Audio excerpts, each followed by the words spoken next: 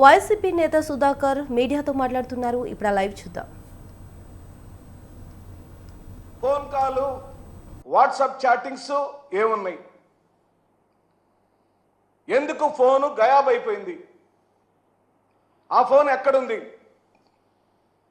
ఎందుకు ఫోన్లో ఉన్న చాటింగ్లను డిలీట్ చేశారు?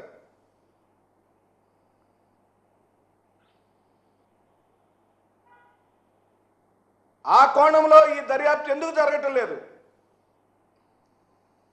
డిలీట్ చేయబడిన వాట్సాప్ చాటింగ్ల వ్యవహారంలో ఆ కోణంలో ఎందుకు విచారణ జరగట్లేదని మేము ఈ సందర్భంగా మనవి చేస్తున్నాం. దాన్ని కూడా మీరు సమీక్షించమని కోరుతున్నాం.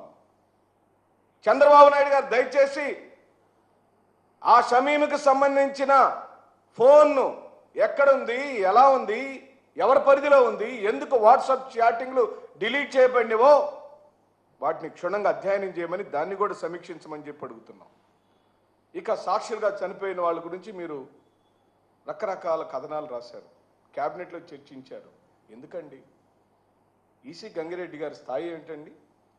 ఉచితంగా వైద్యం చేసి ఆ ప్రాంతంలో ప్రముఖ వైద్యుడిగా వైఎస్ జగన్మోహన్ రెడ్డి గారికి స్వయాన మామగా ఉన్న ఓ పెద్ద మనిషిని, పేరొందిన వైద్యుడిని పట్టుకొని ఈ కేసులో బదనాం చేసే కార్యక్రమం చేస్తారు. ఈసీ గంగిరెడ్డి గారు వివేకానంద రెడ్డి గారు హత్య జరిగిన రోజున హైదరాబాద్లో ఉన్నారు, కరోనాతో సఫర్ అయ్యారు. స్వయంగా వారు డాక్టర్ గారు. వారు చనిపోయిన కారణం ఏంటి ప్రపంచానికి అంతటికి తెలుసు. అది ఒకటైతే, జగన్మోహన్ రెడ్డి గారి డ్రైవర్గా పనిచేసే నారాయణ బ్రెయిన్ ట్యూమర్తో చనిపోతే దాన్ని ఈ హత్య కేసుకు ముడిపెట్టి మాట్లాడిన తెలుగుదేశం పార్టీ ప్రభుత్వం. ఎక్కడుందండి? ఏమిటి విచిత్రం? ఏమిటి విడ్డూరం? ఎవరు అడగట్లేదనా? ఏం మాట్లాడట్లేదనా? ఎందుకండి? ఏమిటి ఇంత కక్ష జగన్మోహన్ రెడ్డి గారి మీద, వారి కుటుంబం మీద, వారి యొక్క గౌరవాల మీద మీకు ఎందుకంత కక్ష కలుగుతుందని అడుగుతున్నాం. రాజకీయంగా రండి, జగన్మోహన్ రెడ్డి గారిని తేల్చుకుందామంటే మీరేం చేయగలుగుతారు? ఈ రాష్ట్ర ప్రజలకు ఏం చెప్పారో, ఏం చేస్తున్నారో రండి, చర్చిద్దాం. గంటల కొద్ది చర్చిద్దాం, రోజుల కొద్ది చర్చిద్దాం, అంశాల వరకే చర్చిద్దాం. సంక్షేమం మీద, అభివృద్ధి మీద మీ 9 నెలల కాలంలో ఏం చేశారో లెక్క తీయండి. అది వదిలిపెట్టి కామెడీగా ఏం పనులు? కేబినెట్ మీటింగ్లలో ఎక్కడో సుప్రీంకోర్టు పరిధిలో, సిబిఐ పరిధిలో ఉన్న కేసుని మీరు సమీక్షించడం ఏమిటి? మీ పరిధిని ఉల్లంఘించడం ఏంటని వైఎస్ఆర్ కాంగ్రెస్ పార్టీ ఈ రోజున మిమ్మల్ని ప్రశ్నిస్తూ, అభిషేక్ రెడ్డి గారు చనిపోయారు.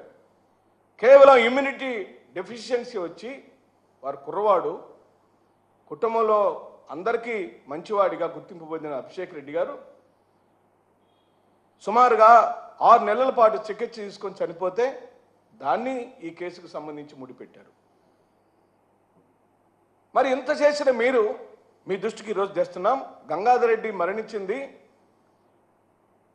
ఆ రోజున సిబిఐ ఎస్పీగా ఉన్న రామ్ సింగ్ మరియు సునీతారెడ్డి గారు ఇద్దరు అతన్ని మానసికంగా ఇబ్బంది పెట్టి హింసిస్తే, నేను హింస తట్టుకోలేకపోతున్నాను ఎస్పీకి కంప్లైంట్ ఇస్తే, ఆ కంప్లైంట్ని కనీసం తీసుకోకుండా ఎస్పీ అవమానపరిస్తే ఆ రోజున ఏమైందని ఈ గొంతుకులన్నీ? ఎందుకండి?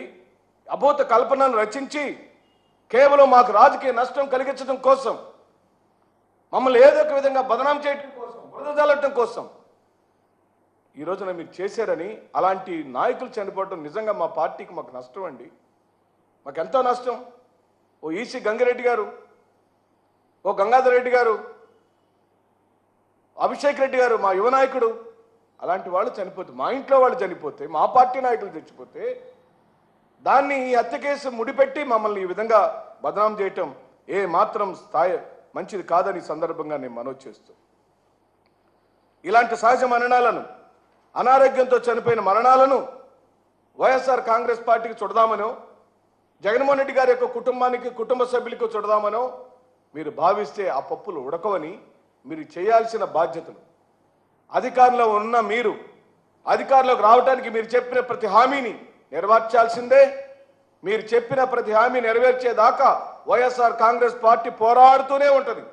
శ్రీ వైఎస్ జగన్మోహన్ రెడ్డి గారి నాయకత్వంలోని వైఎస్ఆర్ కాంగ్రెస్ పార్టీ పేద ప్రజల కోసం, అన్యాయం అవుతున్న జాతుల కోసం, అణగారిన వర్గాల కోసం, చిట్ట చివరన ఊరు చివరిలో బ్రతుకుతున్న అణగారిపోయిన కుటుంబాల కోసం వైఎస్ జగన్మోహన్ రెడ్డి గారి నాయకత్వంలోని చిట్ట చివరి వ్యక్తి కోసం వైఎస్ఆర్ కాంగ్రెస్ పోరాడుతూనే ఉంటుంది.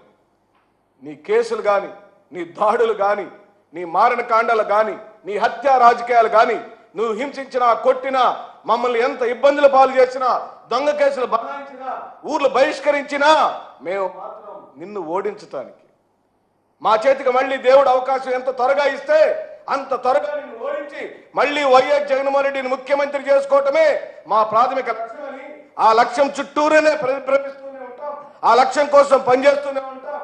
ఆ లక్ష్యం చుట్టూ పనిచేస్తున్న మమ్మలను నువ్వు ఎంత హింస పెట్టినా, బాధ పెట్టినా, కొట్టినా, పోలీస్ కేసులు పెట్టినా వైఎస్ఆర్ కాంగ్రెస్ పార్టీ శ్రేణులు ఆగవని, నిన్ను తూర్పాలు పడుతూనే ఉంటాయని, నువ్వు హత్య రాజకీయాల మా మీద రుద్దాలని చూసినా, నువ్వు చేసిన హత్యలు, నువ్వు చేస్తున్న గొడవలు, నువ్వు పెడుతున్న తప్పుడు కేసులు నిన్ను పాపం చుట్టుకొని అయ్యి రేపు మళ్ళీ మా ప్రభుత్వం వచ్చిన తర్వాత నీ చుట్టూ వైఫై తిరుగుతుంటే చంద్రబాబు నాయుడు గారు మరియు తెలుగుదేశం పార్టీ నాయకులను చెబుతూ సెలవు తీసుకుంటున్నాం.